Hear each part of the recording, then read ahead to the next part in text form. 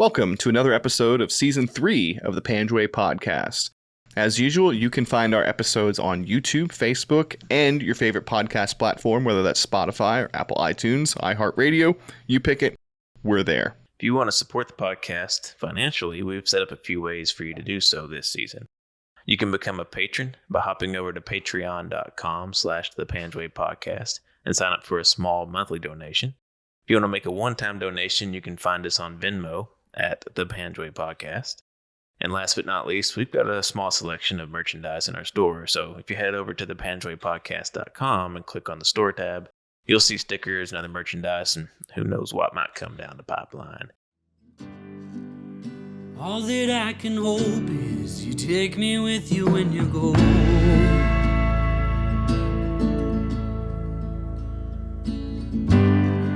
I guess I should have known I can't leave with you when you go.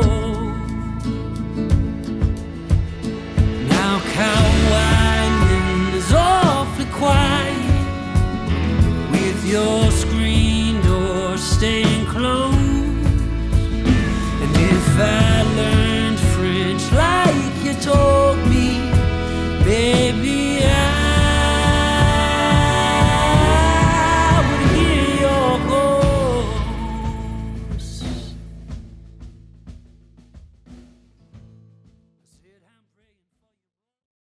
We would get the notifications when North Korea would do like their nuclear tests. Yeah. But obviously, you know, like when the big one goes off, there's not going to be a notification. It's just going to go off. Yeah. So I was Skyping my girlfriend at the time, and like the whole house just shook. And I was like, oh fuck, did it just happen? And I'm like looking outside, like I don't see any mushroom cloud, like, and it turned out it was an earthquake. But like my first thought was like, that was Seoul. Seoul's gone. Yeah. I didn't think about that, like being in South Korea and just waiting for shit to kick off. Dude, because they were, that was when they were up to some. They were quite busy when I was there. They did a couple nuclear tests while I was there. They did like some artillery salvos when I was there. They were pushing the limits. Yeah, that had been around the time when Daddy Killed Over and Junior was coming into power, I think. It was well after that. Well, yeah, that's probably 10 years ago. It was the last year of Obama's administration. So I think they were kind of just, they knew he's on his way out. You know, they're just gonna see what they can get away with. Speaking of 10 years ago, 10 years ago, Curtis and I were getting spun up to deploy to Panjwai. Yeah, that would have been. We deployed in March. I think this within 2 or 3 days of right now is when I arrived at Fort Stewart. We would have been at NTC around this time. You were, yeah. Yep. But today's never had guest, to go to that place. Yeah. Today's guest, it was quite a few years before we went there. So, David, I'd like to introduce you to the Panjwai Podcast listeners, and for those of you watching on the YouTube, so you'll see he's representing the brand with the Duck Duck Goose t-shirt, available now in the Panjwai Podcast store. Yep. And also the sweet Spring Break Kandahar koozie, which that's right. if y'all buy enough of them, we'll make a Spring Break Kandahar t-shirt. Just saying. Got the Duck Duck on the back. And that might be the first and only time we will ever shamelessly plug merch. Oh man. But yeah, David is joining us, and David has the distinction of being one of the few American conventional units to operate in the Horn of Panjwai prior to operations being handed over from the Canadians in 2011. So he's here to talk about one of the operations that he did while he was a company commander. And David, we appreciate you reaching out. Appreciate you agreeing to join us. And since you obviously are a listener of the podcast, you know what we're going to do next. We're going to ask you to give us a little bit of background on yourself and how you ended up in the unit that you ended up going to the Panjwai with. Yeah. So I'd say, I grew up in Michigan, kind of, maybe somewhat typical Midwestern upbringing, lower middle class family, joined the Army, I think, because wanted to do something important and I figured out at a young age I wasn't going to be in the NBA or NFL, and so I was like, well, this is pretty cool. And I remember someone telling me that I could get school paid for and that I had to do that. So, before too long, I found myself going through ROTC and commissioning from Western Michigan University as a infantry officer. Went through all that, the subsequent training for that. Was assigned first with the 82nd, where I did one tour in Iraq. Went to the career course, came back, and then joined 3rd Brigade, 101st, who I think it must have been around January timeframe, I think, of 2010, deployed to P2K, as it was referred to back then, so host, Eastern and Western Paktika, and then Paktia, I think, was part of the whole area as well. So I started out on brigade staff there, made my way down to the battalion staff as we deployed, and then partway through took command, and that's where the whole adventure of Kandahar, Panjwai kind of started off. So, now, when did you go to Ranger School? 2005. Okay, and that's when you the first easy class, as I like to say. First easy class. Yeah. Most people claim to be in the last hard one. I was in the first easy one, and I'm sticking to that story. Yeah, we should tell Brian Kitching that he went through Ranger School and it was easy. Yeah, I guess he would. He probably graduated before me, though, because I think he was with me at some point, and he went and graduated, and I was still, getting trained up. I think it took me a little longer to pass that phase in my career than him, but I'm still going to tell him he had it easy. Yeah, I think he had the first easy class. Yeah, maybe the easy class was the one I caught up to me, and then I joined it or something. But no, you can't ruin this. We have to tell Brian that he didn't do it when it was hard. Yeah. I used to have so when we would do company runs, I would usually sing cadence because most people have no sense of time, and so that drove me crazy as a drummer. It drove me crazy for somebody to get there and sing. And I used to have this little litany at the end of a cadence where I would shit talk other units, like so and so ain't shit, Rangers ain't shit. And then I get down and I go mechanized, and we're the shit. Kitchen always. I think he appreciated that one. We're the shit. Yeah. Rangers ain't shit, but mechanized, we're the shit. Yeah. We're definitely not the shit. Yeah. Everybody's got a role to play. Yeah. That was a good officer answer there, David. Some of it's your still guys' role to play before Panjwai. So, what was the deployment like, especially up in eastern Afghanistan, leading up to the Panjwai stuff? I mean, I imagine it was a totally different ball of wax. Yeah, it was. It was an interesting deployment altogether because, I was hanging out on staff waiting to get my chance to, get put on the team. But, all those guys were out in East Paktika, and, I got to go out there for a little bit, not much to speak of. And then after we did our stint in Kandahar, we went back up to host, and so played around in some of the districts around there surrounding that bowl, and so I got to see some of that terrain and stuff, and it was interesting. It was just different, Sharana, the weather. Is that what's the FOB that was up there? It was it was golly, which one did you say? Sharana. So Sharana was in Paktia. Okay. So it was Shank. Shank was actually Shank in was, Logar. No, Shank was up. Yeah. Because Shank is now Dalkey. They changed all the names. Whatever. I don't know why I can't remember the name of the one in Host. It's like the name of a drop zone in Fort Bragg, I think. Yeah, but is it the one it's kind of like northeast of the city, right? Kind of like right on the edge of the mountain, big, huge airstrip. It's right in the bowl. It's like it's just flat all the way around there, and then mountains all the way around. Golly, it wasn't. You weren't at Chapman, were you? Nope, it's close to Chapman. It's a little bit southwest of Chapman. Oh, okay. I know. Yeah, I know what you're talking about. Yeah, that was hard abandoned when I got there in 2017. All that was left was just the airstrip. Oh, really? Yeah. And now it's that airstrip is now Coast International Airport. They built like a terminal and everything over there. Oh, wow. Yeah, it's a legit international airport. I mean, I don't know if it's flying international flights now, but it was up until probably August is 2020. Libya and Tunisia and Yemen and places like that. They had direct flights from Qatar. They had direct flights from Turkey and one other place that were flying in there before everything fell apart. I just remember being lost as all hell getting there. It was a blackout FOB, and so if you were walking around there at night, the specifics, a lot of these crazy stories escape me at this point, but for some reason I remember walking around there in pitch dark with my first sergeant and just hearing some poor soldier being like, "Hey, sergeant," like, "Hey, what's up, bud? What are you doing?" Just out there wandering around looking for somebody. Pitch black, doesn't have a flashlight.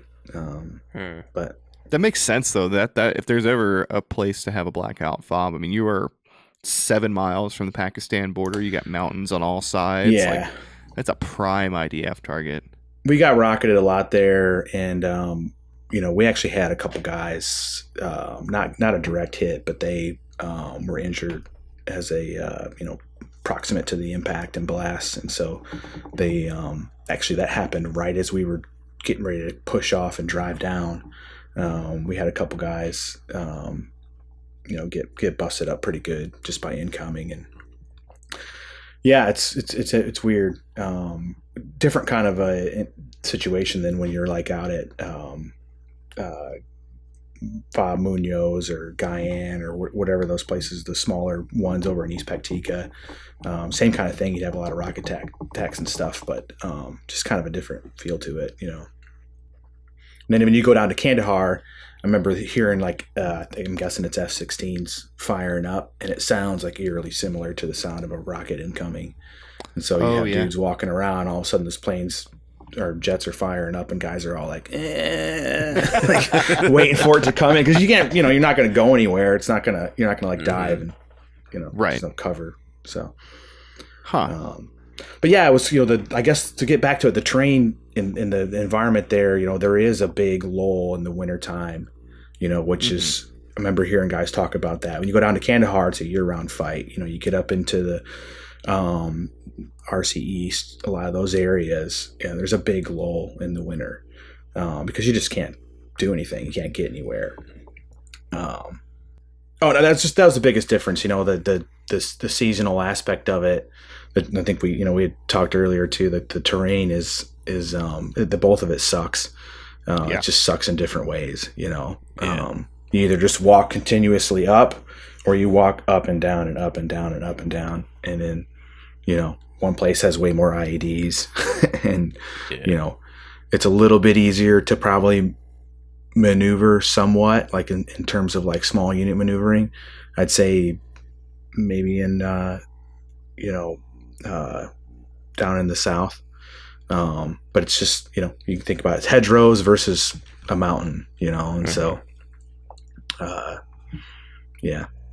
neither are particularly fun.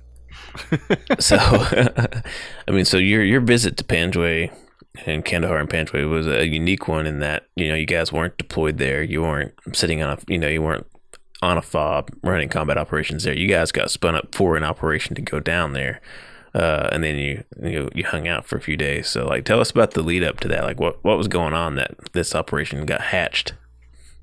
Yeah, it was pretty interesting because like I said, we were all in East Paktika. They had the surge go on, and so I was in 3rd Brigade. 4th Brigade was coming over, and they were taking over all of Paktika, and we were going to move up north and just have Host and I think still Sharana, Paktia. I'm mixing up bases and districts, but and so we really didn't know what was going on. The fast forwarding the way it actually went, we all boarded, helicopters, planes, flew up to Host, got dropped off there. And I don't remember exactly when we found out. It was either like I took command, and then a week later we picked up and moved out. And they were kind of doing a rip at around that same time frame. And don't remember if it was right before we left and went to host or just after we got there. They were like, hey, we're going to go down to Kandahar, this area called, the Horn of Panjwai. And, we kind of started hearing rumblings of like, hey, 2nd Brigade's down there. I remember one of the first things they told us was like, dudes down there, their SOP is they wear a tourniquet in all 4 limb pockets, because it's not uncommon to get double, triple, quadruple amputees. And so they were really hammering home like, hey, you guys are going to like be in a real fight and dudes are going to get messed up. So get ready. And what kind of effect did that have on your guys to hear that? I mean, obviously they're already in combat, so the prospect of combat's not particularly terrifying at this point, but multiple limb amputations is a completely different mindfuck. Yeah, it's hard to say, I guess, because I kind of feel like, I saw it kind of through my lens, and right. I don't know how I kind of think you tend to just think that most people are sort of in the same kind of headspace, and not to get too cliche, but you've got different groups of people in your unit. Not everybody is in it for the same reason, and not everybody's in the same headspace. And so you might have a couple guys, I guess some context. I'm not real big on kind of painting a rosy picture of who makes up, the personnel we have. Like, we're a cross section of the population, and, it's complicated, but a lot of guys end up in infantry for not a whole lot of reasons, I would say. There's a couple, and they have certain dynamics that come along with that. And so we'll translate, since you're still an active duty officer. There are pieces of shit in the infantry as well. There's people that I think that are, and the way I relate it to other people is like, hey, we got guys that there's nowhere else in society for them. Yes, yeah, that's true. Can't keep a job at Taco Bell. Yeah, well, that's good. That's bad. it is what it is. And so, and those are the same guys that are getting mad when they're leaving because you screwed them over. And at least in sometimes. And then you've got guys that grew up with the idea of like killing people as a cool thing. And so that's that. And then there's, different mutations of that idea that's, service. And so all of those things, and sometimes it's not just one of those. It's actually probably almost never is it just one of those. But you end up with those kind of character dynamics. And so some of those guys were like, hey, man, like, this is my last deployment. I'm getting out of the Army. I don't need this shit. And then you probably had other guys who were like, all right, it's like, this is the next thing we're doing. Let's saddle up. And I don't know if I'm just, I kind of think the danger that exists with a lot of those situations, I don't know if it ever becomes that real, when you're just, like, it's kind of like jumping out of a plane. Like, they teach you how to do it, and you're just like, all right, here we go. Like, step left, step right. And whoop, oh shit. Okay, cool. Now I'm done. And then, same kind of thing. And so but it was definitely, we were put on notice, and it was like note taken. And so we had some time there that was in between, and, it probably wasn't a popular move on my part as the company commander who just come in and took command. But I was like, hey, this isn't a time for us to like take a break. Like, we've got to get ready for this next fight, and it's going to be a different fight. So what can we do to prepare for that? And so what kind of skills have atrophied? There was like an ODA on the FOB that I was like reached out to, and I was like, hey, can you work with some of my RTOs and look at like some more austere field expedient means of establishing communication? And they were like, hey, we'll bring you guys to the range too. And I'm like, cool. Like, we like to shoot, and we'll take all that we can get. And so we kind of use it as an opportunity to train and do some things, kind of get our head on straight. What was your element size? Were you plussed up full infantry company?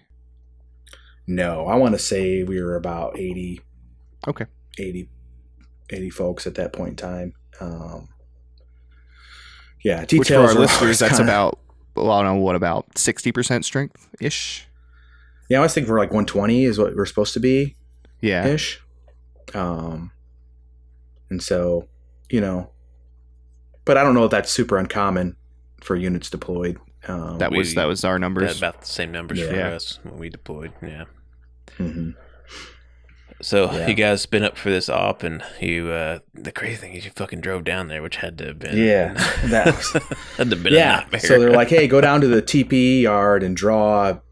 I don't know how many it was. It was like 20 vehicles of varying MAT Vs and what was the other one? MRAPs. MRAPs. Yeah. And so we went over and drew a bunch of those. That was a mess. I can imagine. Yeah. What were you guys driving around when you were in Coast? Same kind of vehicles, or? So we didn't do anything driving in Host. We ended up doing some operations in Host when we came back, but when our transition up there was, I want to say it was like a week or two. So we went. So when they were in East Paktika, there really wasn't much driving to speak of. They did a little bit, and I want to say they had mostly MATVs. Okay. And probably some MRAPs, but it's a mix of the both, I think. And but a lot of that just based off the terrain, you can imagine they didn't do a lot of driving. It was mostly just patrols from that FOB or outpost and out and back kind of stuff, and maybe occasionally some mounted stuff, but not a whole lot. So yeah, we drew all that stuff, and then we drove down. And the craziest part about it was we picked up an entire Kandak on the way, and I want to say that was it was after we were kind of going through Paktika. I think we had went through the pass, and we were maybe in Ghazni or something like that, and we picked up Ghazni or Gardez, one of the two. Yeah, we picked up about I think it was pretty close to 500-600 Afghan National Army soldiers. What's that drive like through the KG Pass? I've flown the KG Pass more times than I can count, but every time I looked at the road, the only thought that went through my mind was like, I'm really glad that I'm not driving that fucking road. Yeah. It wasn't that bad as I remember it. I feel like it was, we anticipated it kind of being a shit show. Sure. But when I think back about it, I don't really recall a whole lot of issues other than it being like, those moments where you look around and you're like, man, any other circumstances, this is like beautiful, Oh, yeah, absolutely. Yeah. But, other than that, I feel like we made it through there pretty quick. And then kind of once we got on Highway 1, it was pretty smooth sailing. For sure. I think we had the route clearance team hit one IED.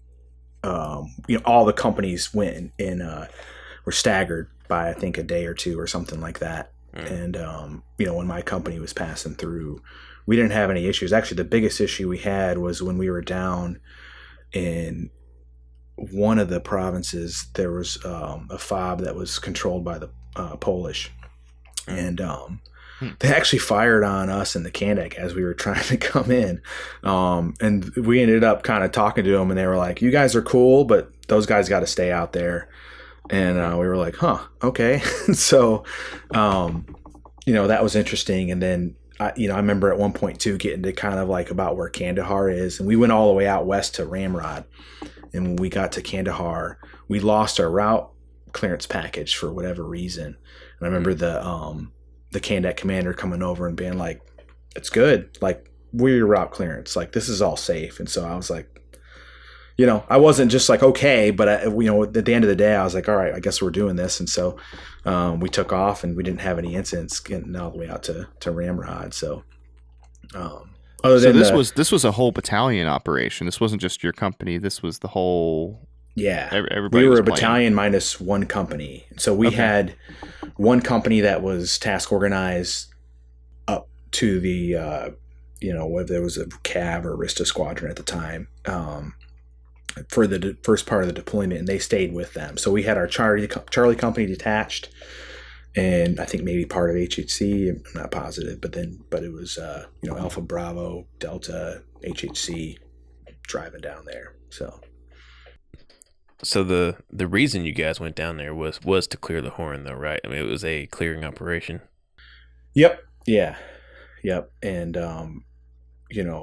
how that was supposed to go about exactly, I don't know how much that was planned intentionally at higher levels, but it was like, we're sending this battalion down there, and you guys are gonna, try to clean up the Horn. And at that time, the Horn was the battle space was owned by the Canadians. So how did that kind of what was the interaction like there? Did they kind of there's nobody as, there? Yeah, Really? I don't. So that's a good point. I'm not sure that I think they probably did technically own that part. Strike Brigade or 2nd Brigade, 101st was just north of us, across the river, and I think we were task organized to them for that operation, and so I don't know if the Horn kind of technically became part of. I guess it must have become part of 2nd Brigade's AO for that, and because that must have been how it worked out. But I think previously it did belong to the Canadians, and I think was it Sparwangar or whatever the high ground was to the east of us there. I feel like that was sort of the limit of advance that they had. For whatever reason, they weren't able to get beyond that location, and so it was just completely ghost town out there, just shitheads making IEDs and C2 and stuff. And FOB Zangabad was there too, right? So they would have been... No, that was not there yet. Really? That's actually so. What was ended up being, I would be deployed like years later, and I'd like pull up Google Maps and like look around at my old stomping grounds. I'm like, oh man, look what they do with that. So I think they were calling it like the Palace or something. It used to be a school.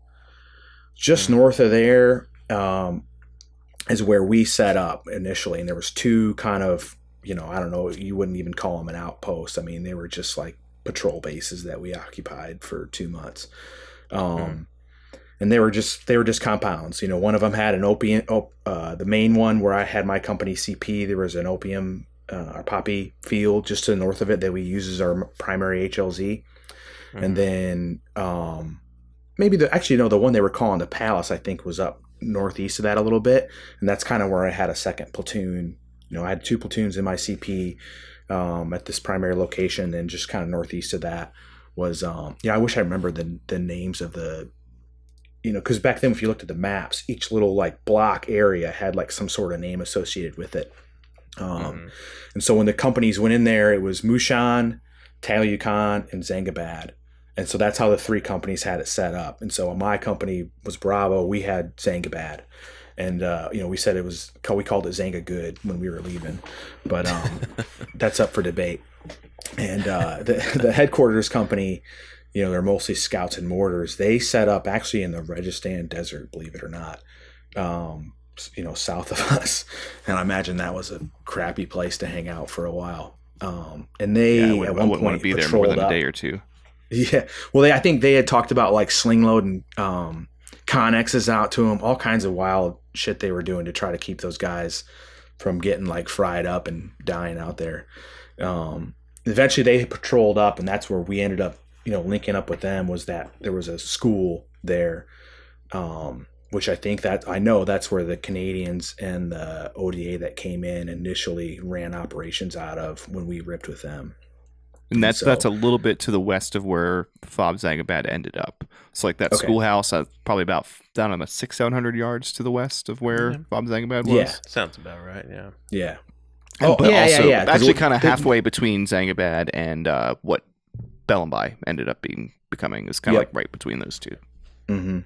Yeah, there was no infrastructure there to speak of when we went in there, and so So we drove down there. We did an operation. It's almost I'm hesitant to like talk about it in the sense that we thought it was back then, because we did a mission. I don't even know what the district was, but it was not too far outside of Ramrod, and we were like calling it like a training mission. But there's no such thing as a training mission when you're in Afghanistan. Yeah. But we did an operation for what purpose? I'm embarrassed to say, as a company commander, I didn't truly understand what we were doing. I knew what we were doing in Panjwai, but just to go out and do an op for the sake of because the terrain really wasn't that similar at all. And so then, we did this one op, came back, and then we ended up air assaulting into Zangabad, and the beginning of that whole thing was pretty nuts. Did all of the companies air assault in, or just yours? We all air assaulted in, and all ended up air assaulting out at the end of it. No driving any time in between. So how long At were one you on point, the I ground? believe the Canadians were going to try to like convoy out to us, and it just did not happen. At what time of year was this? This was in end of summer. I want to say we went in there around September, October. So fighting, the fighting is still full swing. Yeah, even like I said, even in Kandahar, it's a year-round fight, but it does slow down a little bit in the wintertime. So the ANCOP, or I think that's what they were referred to. They were partnered with the ODA, and I think it was like General Razik. I don't know if he was still running around when you guys were there, but he was sort of a no. But I'm actually still in touch with him. That's pretty funny. Oh, really? Yeah. So he was running around with this full-bird colonel from the ODA, or not the ODA, but the SODIF that was over there, and they were the plan was that those guys were going to drive. I want to say there was like 3 different teams, maybe, and they were supposed to drive up into that area and set up an HLZ for us. And so, we had. I remember, I don't know if you guys ever used Falcon View, like a good company commander. Like I got Falcon View out and I printed out maps that were like as big as, a planning room, and like had them on the ground. And we did all these, did all our rock drills and everything on like imagery, printed out stuff. And we had planned everything out, had our HLZs, and then all that went to shit the night before. As those guys were coming in, they lost a couple dudes from IEDs. They took a bunch of contact coming in. They did end up making it generally to where we were wanting to be, but none of the HLZs were cleared or set up. And so the night before we went to go infill, we had our plan, everything was set. I remember kind of almost like, I probably, over dramatizing it a little bit, but I remember like kind of sending off the PLs and the platoon sergeants like, all right, guys, go get some rest. I'm going to go check in with the boss one last time. And that's where it all just kind of started. I remember walking in there and it was just like, oh, this happened. We got to change the HLZs. Okay. And I just remember ended up sticking around the entire night.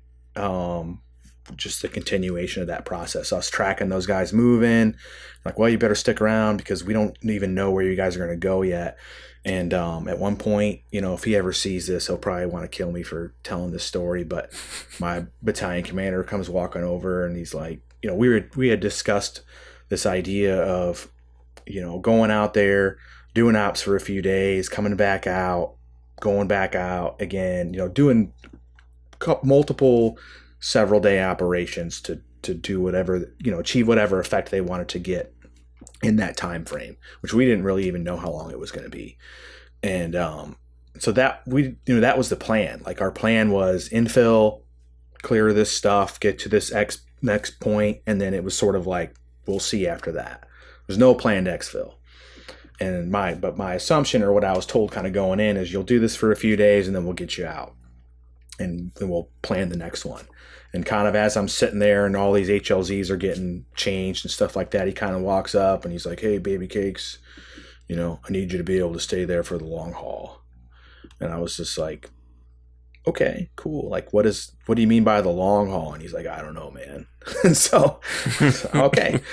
All right. And so then as we finally had an HLZ, but nothing really more than we're going to land here and do whatever's do the next right thing, so to speak. And as my guys start walking up to get to the HLZ, they're all carrying their stuff. And I'm like, okay, I got 2 things to tell you. One is the HLZs we had aren't where we're landing anymore. And 2, we're not going there for a few days. Like, we're going to be there for a long time. And they're like, oh, should we run back and grab more stuff and this and that? And I'm like, no, man, like we're just rolling with what we got right now. So so starting off a little bit rocky footing going in already, especially since the reason that you don't have those HLZs is because guys are getting their shit pushed in. Yeah. So what was so how long? You guys flew out, air assaulted in. How long was it till you were getting into the thick of it? It was, so that first night wasn't bad, actually. We landed, we kind of handed off with that ODA team, and they had just took a casualty before that. And so, that guy kind of hands off to me, and he's like, okay, hey, we've sort of cleared this field right here. We're good. And so there's a compound, a whole line of compounds just to the north of us. And they were like, hey, we've got this one compound secured. We're going to take you there, set you up, and we'll do a handoff. And so that's kind of what we did. The next morning we wake up. We had, somehow I had convinced that the aviation unit to let us load some pallets. So we had I think 2 DOS maybe, between however many CH-47s we had. We palletized on the back of the ramp. And so we, touched down, pushed that shit off, and then took off. And so we're like, okay, I need to send guys back to at least secure that thing and make sure it's, getting pillaged or whatever. So those guys go back and check, and they're like, hey, we've, first thing, found an IED. And they were like, hey, sir, you remember where you were taking a knee last night? And they were like, yep. Oh, there's one here. And it was literally just a matter of the battery not being hooked up. Right. And, it's probably a pressure switch or something. Mm-hmm. And that was the case with a lot of stuff in there. It's just no power source at that point. Mm-hmm. And, there was no metal or nothing. It was just a jug. And so, when it's dark out, they weren't going to catch it with a mine detector or anything like that. Deep buried, probably not a dog. So that was kind of the start. Like, okay, here they are already. And then by the time we got back to the compound, when morning hit, we started taking contact from pretty much all directions. And we had guys up the full perimeter of that Kalat, returning fire. We were shooting small Ds. It was pretty much a death blossom from there. And, at that time, I was exercising mission command, I guess you might say. I was talking to higher, trying to keep an idea what's the hell's going on, taking reports, but I've got multiple platoons all in this sort of very small area, and they're kind of reacting to what's out there. And A&A has at least a COI at that time with us, and they're set up around a perimeter of their compound, returning fire, and it was pretty heavy like that. I would say probably for the first couple days until we started expanding out. And that was sort of the whole idea from the get-go was, we had a whole company there. We would just sort of start expanding the perimeter, putting out into multiple locations, setting up checkpoints, so forth, and kind of trying to expand our presence. So instead of getting online and walking towards the Horn, you basically did some LGOPs and without paratroopers, and just kind of expanded your presence. But you're always coming back to the same location when you were done with your operations. So you weren't moving linear. So we kind of we had sort of like a our AO, and we dropped down the middle. Sure. Of it. So it was really about I want to say it was called Saigon or something like that was the small little area we were in, sort of a east-west running road, and then it kind of teed and headed north. And I want to say that's where they ended up calling this place the Palace. But we were sort of on the east end of it. We ended up patrolling west, and so they were giving us APOBs back then. And so that was kind of a cool process. We were shooting those down the trails to clear them out. I don't think we had a single sympathetic detonation from any of those two. So that was our EOD buddy is not a fan of the APOB system at all. Yeah, we had some guys that loved them. They were just shooting them left and right. But it's cool. To me, it's cool. Yeah, they're real security. Cool. Well, that and I kind of tried to think about I'm handing this space off to somebody too, and I was whether I was just naive or whatever, but the same reason I didn't want to occupy that school at the time either. I was like, there's I'm kind of thinking forward, infrastructure and shit. I don't want to shoot APOBs and destroy stuff if I don't have to. Mm-hmm. And so we used them initially, but kind of the two factors convening that, one, we didn't see much effect out of them, and two, I didn't want to risk destroying a bunch of stuff that wasn't necessary, we kind of stopped using them after a while.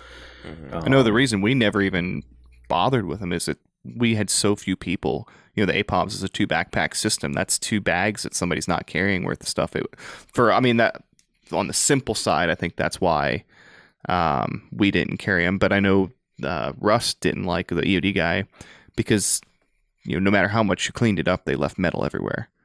It's like now the metal detector is worthless on that path. So I think those were 2 reasons I think that we didn't use them much. But I know there's some units that loved them, just like firing them off left and right. And I've heard the Miklik actually is effective, the trailer mounted one, because it's just got way more powerful explosives on it. Yeah. Well, not only did we not get any sympathetic detonations off of it, we also found IEDs after shooting them. Yeah, like through that same trail. And so, you know, if you've been down those roads, they're not roads. It's like a goat path. Like a 4-wheeler trail at best. Truck on.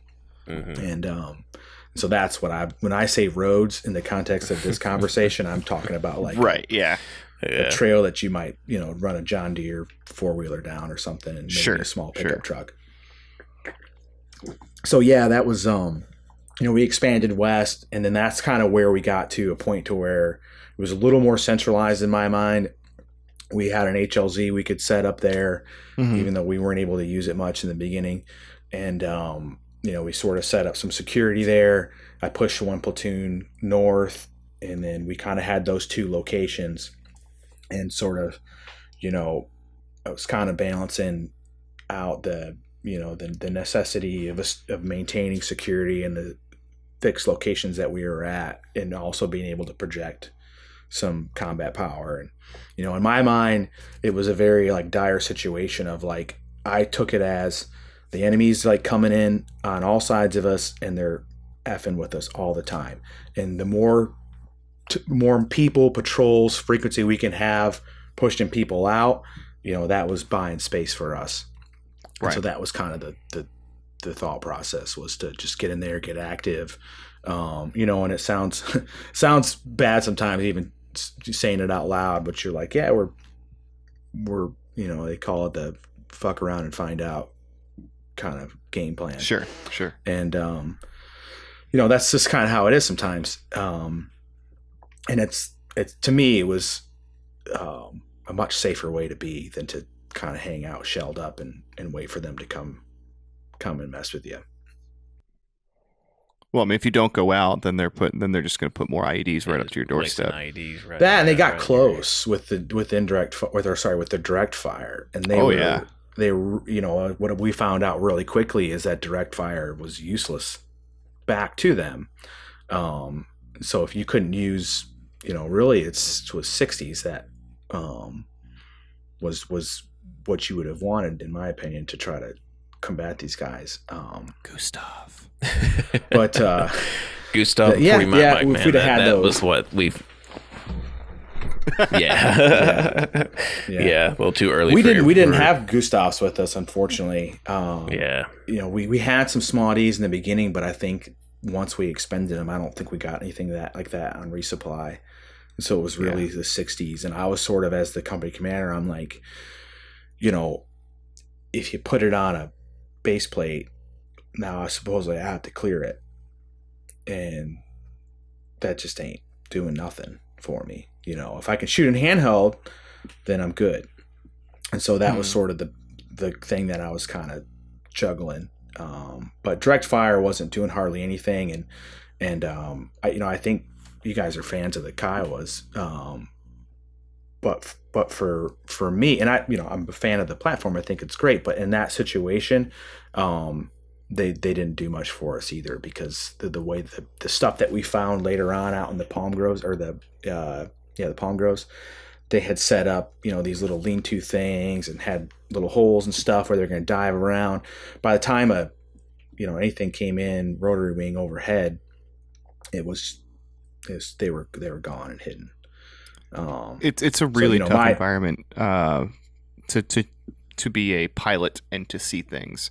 Oh yeah, for and sure. The reason we like the Kiowas more is, you know, I was an Apache guy, and I obviously all the love from my own platform, but there's limitations to what imagery can see, what thermal or night vision can see. That M1 eyeball has got a lot better resolution than anything on any aircraft in the world, and I think the effectiveness of the Kiowa as a platform has a lot to do with the pilots flying it. There's some units that are super comfortable 10 feet above the deck, looking out, taking shots with their M4. There's some commanders that won't accept that risk, and they won't let their guys do that. So I know we had varied, experiences with Kiowas as well. Yeah, I had a Kiowa dude up in Host who did something for me. He called it an aerial blocking maneuver, where he basically flew down. I swear the dude could have put his hand up and touched the skid, and he just started spinning circles around this guy and blowing dust all over the place. And the dude freaked out, hit the ground, started stripping his clothes off, and we ran up and caught him. And I was like, holy crap, I've never seen anybody do that before.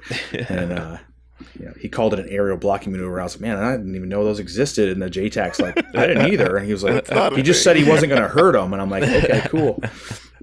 But that didn't work out that way for us down there. My thought was hey, maybe if I can get an Apache in here.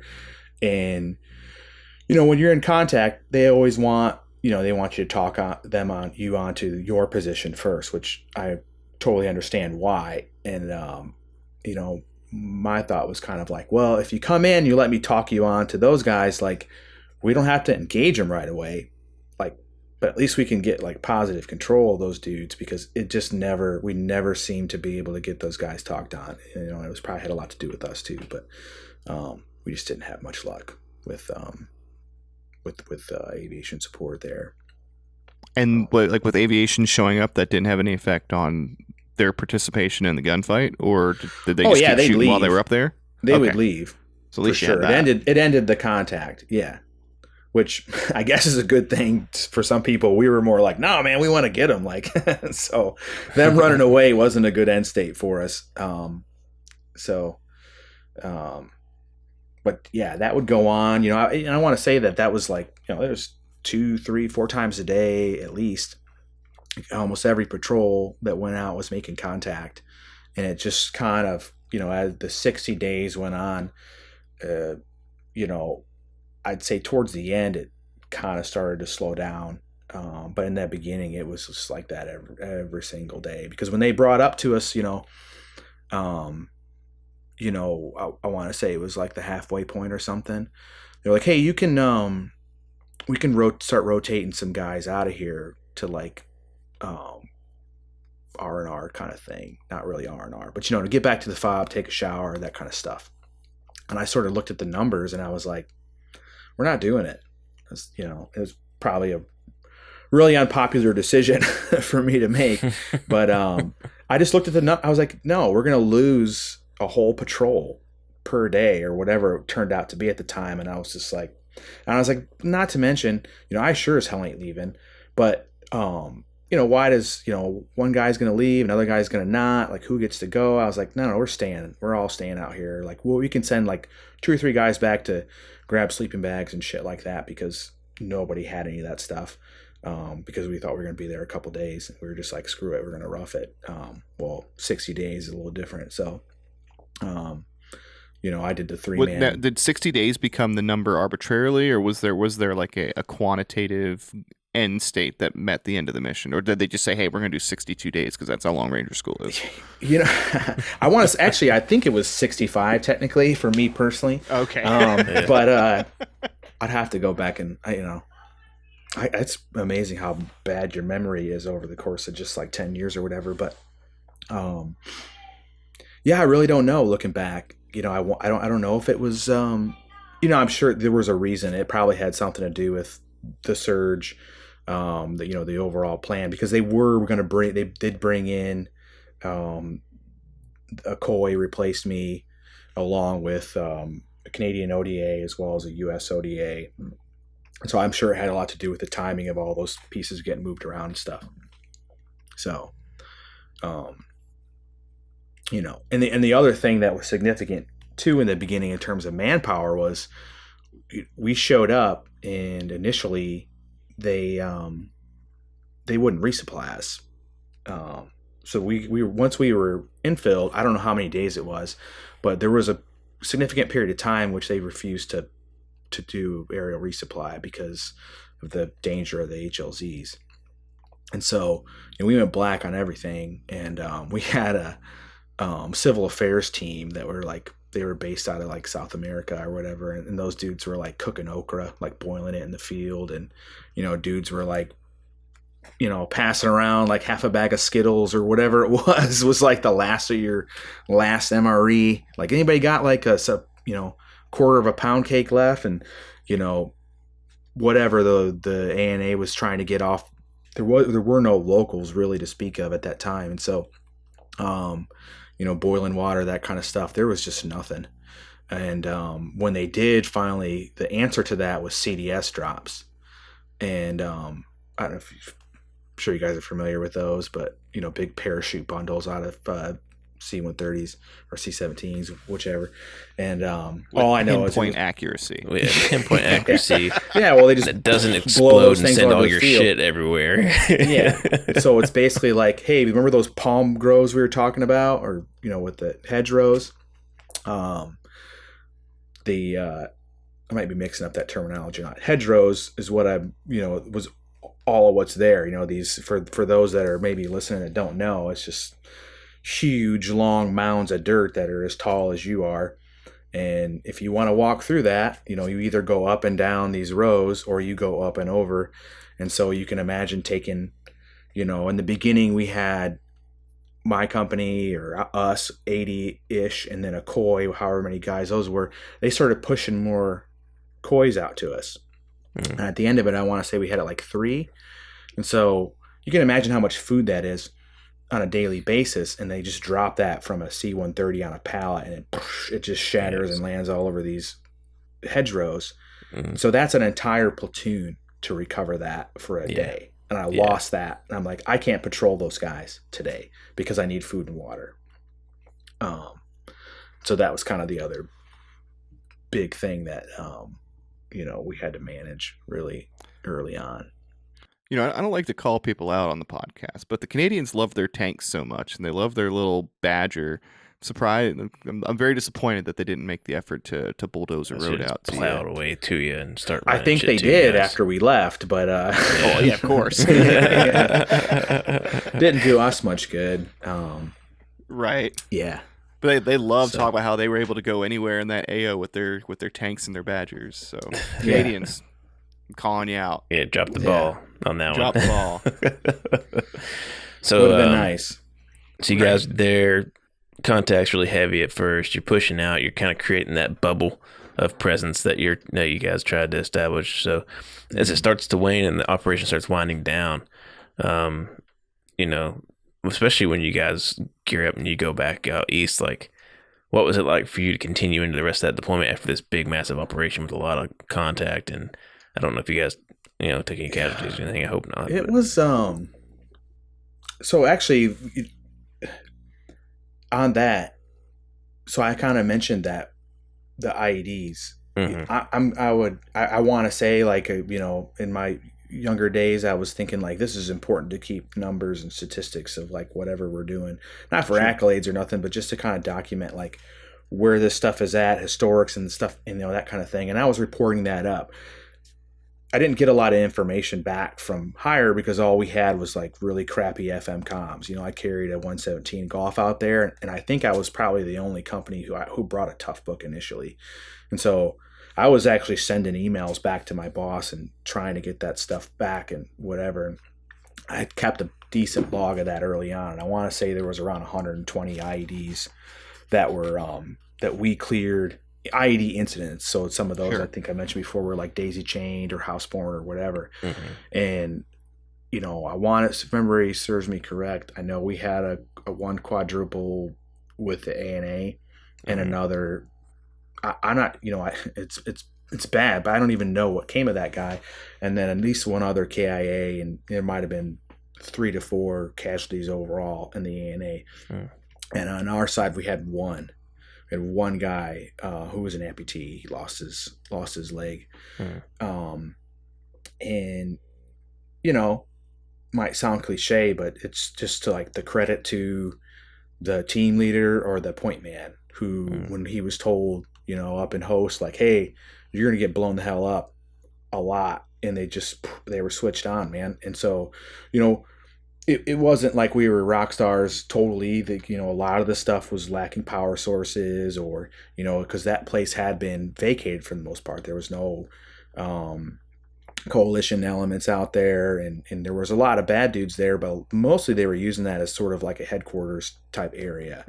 And so they had a lot of IEDs and stuff established for more of like a defensive posture.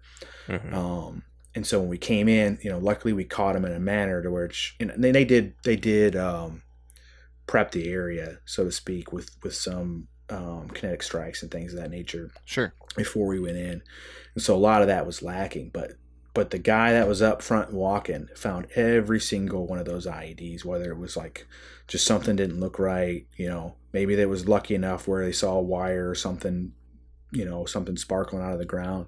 But it wasn't a mine detector. It wasn't anything, you know, man-pack carried or any other kind of stuff that, you know, that's out there to detect IEDs.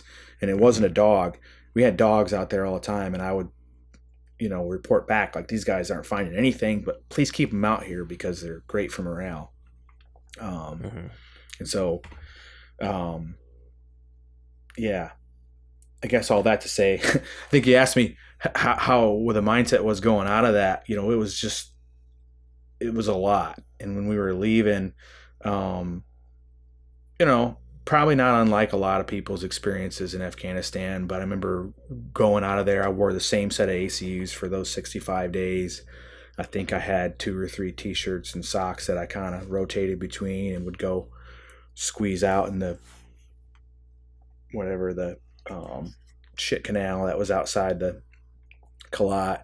And you know, hadn't had a haircut. I was shaving because we had to do that, and so we had to get razors and stuff brought out to us a couple days into it. And I got back to the priorities battalion, the battalion cop, and our signal NCOIC, the S6 NCOIC. All those guys had already pushed out. Most of the battalion staff had left to go to back to host, and I think we must have been the last company or one of the last companies to come out. And so you know, most of my guys are doing whatever, and I walk into the battalion talk, and everyone's gone. There's a couple people there. Just kind of look around. I walk up, get on a computer, and I'm sitting there, and I get this weird feeling somebody's like staring at me. And I like finally like look over, and this dude's like, "Sir, is that you?" And like this dude didn't even know who I was. You know, I knew him fairly well. You know, I'm company commander. He's the S6 NCOIC, and right, you know, pretty, you know, on a first name basis because we're in the Army, but he knows me. And I walked right in there, and he's just like, I didn't even know who you were, man. Like, you look different. So it's you know, I'm sure that might have had something to do with dysentery and losing weight and things like that too. But yeah, it was weird. And then we just kind of moved on, and it was like on to the next thing. And it was something new, something fresh, going back to the mountains, you know, do something totally different. Okay. And I don't think it's really till you have like some separation, look back on it, and you're like, yeah, that was kind of crazy. Yeah. I mean, I think the thing that sticks out to me is, but you're like you as a company commander and like your guys, they got the infantry experience. You know, like just going into an area full of bad dudes, hanging out for a long period of time and just trying to fuck shit up, you know, like that's a very infantry experience, which is kind of something that Panjwai offered up a lot of in varying degrees. You know, it offered up the infantry experience in a lot of ways, and I feel like, you know, the GWAT in some ways, especially like Iraq and in different parts of Afghanistan, you know, especially in Iraq, like the infantry experience was not quite as rudimentary as it was in places like in Afghanistan and Panjwai, where you literally land, you stay, you fight, you walk, you know, you carry all your shit, you live out of compounds, like you walk some more, you fight. So that, you know, that's a unique experience for you to take away as an officer. It's really kind of a roll of the dice, I think, because, you know, you could be a truck driver or something and be in this shit every day, or you could not. You know, you could be an infantry guy and same kind of thing, like Yeah. go hold deployment and for just whatever circumstances. But then the other side of it though, it's almost kind of weird because if it feels like it was shitty, it's really kind of hard to say it was, because like no matter how shitty things are as an infantryman, you're like, it's kind of supposed to be. Right. Or you're always thinking that somebody else had it worse. Somebody else has it worse. That was what I was. Someone's got a worse story than I do for sure. Right. Lots of people, of course, but and that's why people who actually experienced shit don't talk about shit, because A, they have the common sense not to go out and brag, and B, they're terrified that somebody's got a worse story. yeah. Well, and it's it's weird being vulnerable now. I'm a little bit far away enough of it, but it's a lot of the stuff is, I took my job pretty seriously and I wanted to do a good job. I certainly didn't think I was awesome or the best at it, but I was trying to do good, and I was trying to keep people alive and be effective. And so, looking back, almost anything I can kind of critique and be like, it sounds like kind of a dumbass, but it's at the end of the day, it's just where where we were at is pretty real. So, and you remember what like the day, month, year, date is that you guys left Panjwai? I do not. I'm just pretty sure it was 62 or 65 days. I think. Gotcha. I think it was 65, to be honest. Yeah, but I don't know. I'm pretty. I could go back and look. And see where my Gmail black hole is or whatever, because I probably sent some cryptic email to someone before I left, like, hey, talk to you later, wink wink, and whatever, later's going to be a long time. And so I remember I was trying to buy a house at that time or my spouse was, and she sent this paperwork to my XO who was not out with us. He was actually, I kept him back because we needed somebody back there to kind of manage all the logistics and stuff. And that was a shitty, that would have sucked. I would hate to be the guy in the company who didn't get to go out there. I remember him calling me up over FM radio one time trying to talk to me about that. And I was like, get off the net, man. Don't talk to me about my mortgage over FM right now. Yeah. I actually bought my first house from Afghanistan as well, but as well as living the good pogue life as a pilot, and I could have internet access to whenever I wanted, so it was a little bit of a easier experience. That might not have been over FM radio from the Hornet. That might not have been my most embarrassing encounter over the radio either, because when the Koi was coming out, I remember it was really weird and awkward how we established communications or whatever, call signs and stuff we exchanged. And then at one point when it was while they were trying to do one of their convoys out, he tried to establish radio comms with us on our net. And he came over and he was like, I don't know what he said he was, but he was like, this is something. I'm calling for Dave. And I was like, what? And then one of the platoon sergeants sitting with me, he starts cracking up and he was like, sir, I think he's trying to ask for you. And I was like, what? And he kept saying Dave. My first name's David. And he's like, hey, I'm calling for Dave. And I'm like, holy shit. I was like, hey, this is I want to say we were going off some goofy call signs at the time. It wasn't the normal company ones. I was like, this is Red 6. Go ahead. And he's like, yes, I am looking for Dave. And I'm like, this is Red 6. Go ahead. And he's like, yes, I am looking for Dave. And I'm like, fuck. This is Dave. Go ahead. So it was it was interesting. I've got one of my favorite workarounds in Army comms is whenever they want to address somebody by their actual name, they always say, "Hey, is code name Curtis there?" Code name, code name Curtis. Who cares? The Taliban can know what my name is. Yeah. I don't. Good luck finding Dave. Yeah. So, Dave, the rest of your deployment, you went back to P2K. What was it like until you guys finally got to go home? That was a pretty cool gig, I would say. I feel like I've been lucky in a lot of my deployments. We went that was obviously the shittiest, most austere type of environment. We went back up there and we actually operated out of host, and so they kind of used us as they were calling like FTFs and stuff at the time, where they would sort of take a company and move them up to the brigade level and just have them go out and do air assaults and things like that. And sort of, I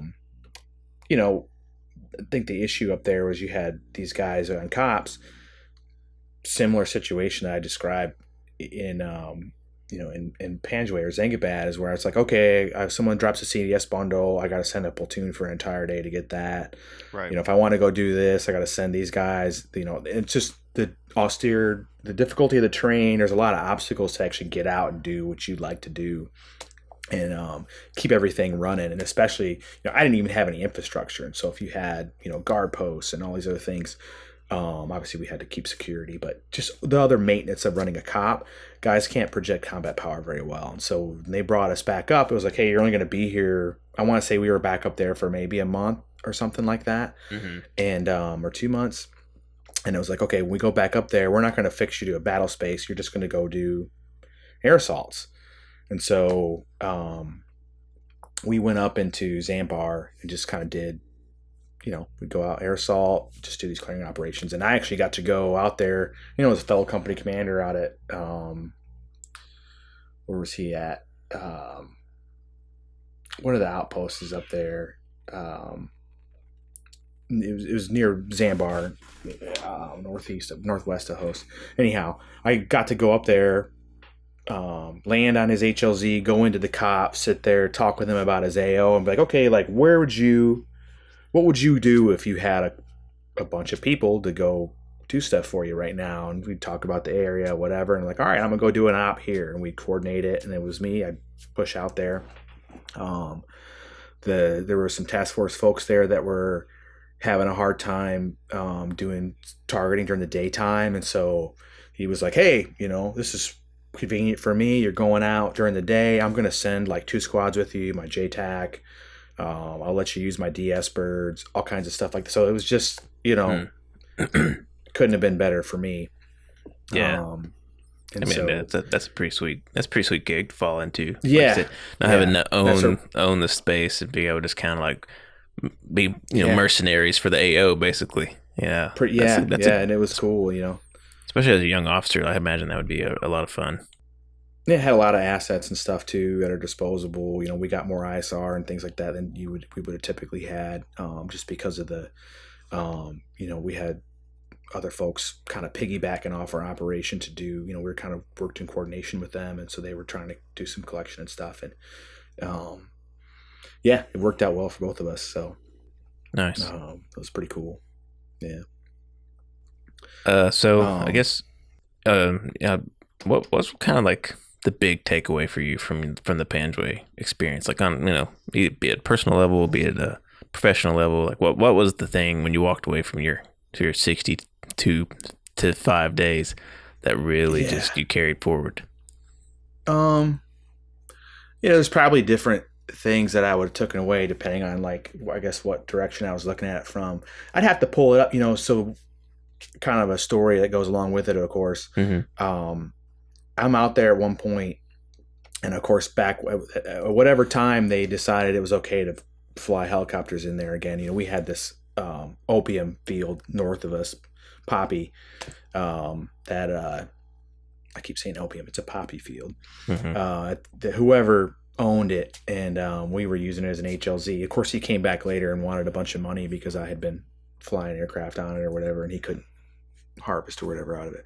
But they cleared that thing out, and I realized my battalion commander's coming in to talk to me. Okay, cool. Like, get along with this guy, great, love him, no pressure, can't wait to talk to him.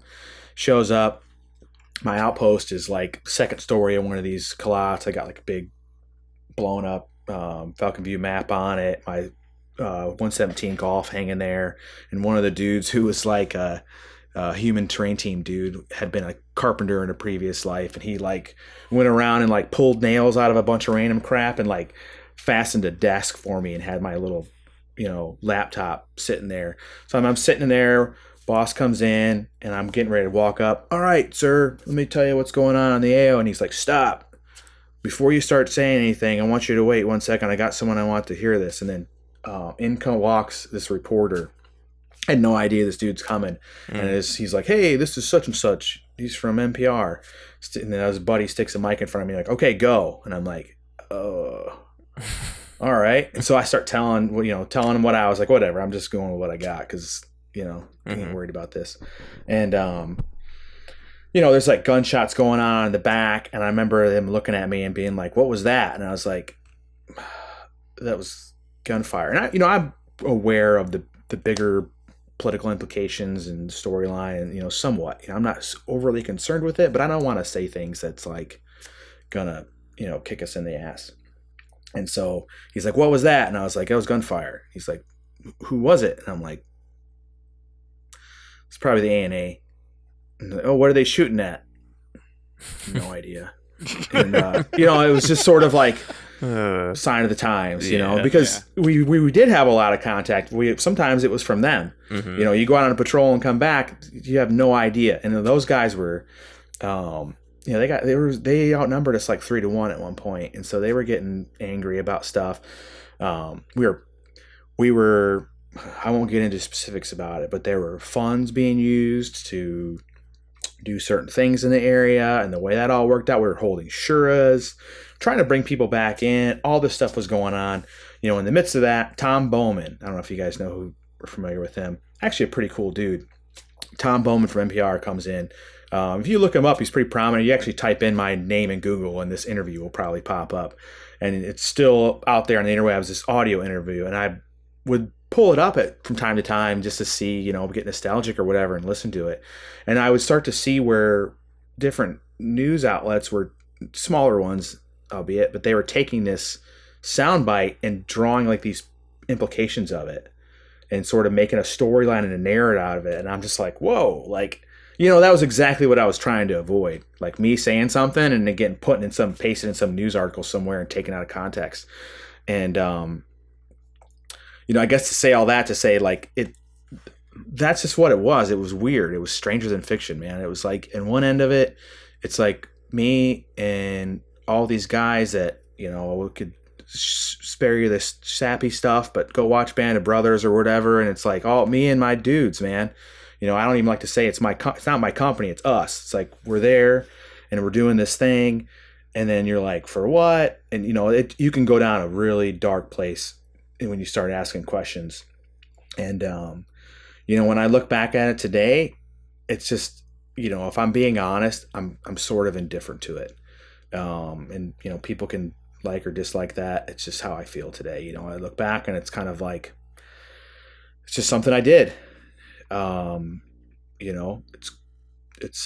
got fond memories. I got shitty memories. It seems kind of cool when you talk about it. Like most things in your life, like it's cool to talk about it after the fact, but it sucks in the moment. And so I guess you got to go through really shitty times to have cool stories someday.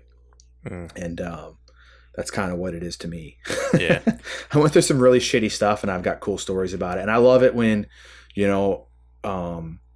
the biggest difference between being a platoon leader to me and being a company commander, they're both really cool jobs. And after being a company commander, I realized like this is sort of the end of the road for me. Like I don't have much aspirations after this. I'm still in this Army, but I didn't really want to go on and be, anything else at a higher level in that echelon wise. But the difference between the platoon leader and the company commander role was like the level of intimacy you'd have with the soldiers. And, that's really something that I liked as a platoon leader. It was like me and the guys, like we're out doing stuff. Just a bunch of dudes doing dude stuff. And as a company commander, I got to be a little bit less of that. And I found myself much more in that position, the old thing they say where it's like, whatever the adage is about things being right and hard, I had to make decisions that I knew were not popular. But at the same time, I knew in my mind, there was nothing more than like, this is what will save lives. In my mind, I could have been wrong, of course. But that started to kind of suck. And I was okay with it. I was like, hey, this is my responsibility, like the decision to keep people patrolling, the decision to do certain things. It's like, I can't go easy on guys that in a way that's going to cost lives. And, every now and then again, I'll get like a squad leader or a platoon sergeant reach out to me and talk to me. And I'm like, maybe I didn't do so bad, and those are pretty good moments. And, there's a couple of them that I stay in contact pretty closely and pretty regularly. And it's, I get to hear their experiences of like, you wouldn't believe what this guy did, PLs and company commanders after me. But that's cool, it's just something I did one day. Hopefully that touches on it. Yeah, man. Absolutely. Well, David, the way we kind of wrap these things up usually, and you kind of already did it, so if you don't have anything else to add, that's totally fine. But we kind of give you the end of the podcast to say your piece or say anything we didn't get a chance to talk about, or bring attention to charity or an organization that you're passionate about. So from here to the end, man, the floor is yours. Yeah. Okay. So one, thanks for having me on, man. I was like, I saw what you guys were doing, and I was like, this is kind of cool, I think it's really cool to, I would say military service, a couple of the things in my life that I've dealt with, you can hear things in your life and then you're like, that kind of makes sense. But then all of a sudden it really makes sense. And you're like, oh, okay. Like, I didn't know what that was. And I think this is sort of like, it's therapeutic, right? It's therapeutic for me to get to tell my story. Hopefully it helps someone else that hears a story and they're like, yeah, that wasn't me, just me, and, it's the dichotomy of it too, is like, you see someone who is squared away in life and made it far, or at least this is for me. I look at a guy, he's a doctor, he's a lawyer, but he did some of the stupid shit I did, and he fucked up just like I did. It's like, it doesn't make me such a bad person, maybe. And then there's the other side of it where it's like, you get the guy who also isn't afraid to like get real and hang it out there and be like, this is what I think and how I feel. And it's batshit crazy, but I'm honest. And you're like, I'm not so fucking crazy because I'm not the only one that thinks that way. And so that's what a lot of this is for me. And so I appreciate the chance to do that. Initially, I saw this and I was like, I should hook you guys up with a squad leader or platoon sergeant or somebody because, I was like, this is a kind of a small piece of this story that, maybe hasn't been told yet. And so, but it worked out this way, and I appreciate the opportunity to do it. And the one thing that I would plug is a former coworker of mine, a guy I still kind of stay in touch with, started this thing called Objective Zero.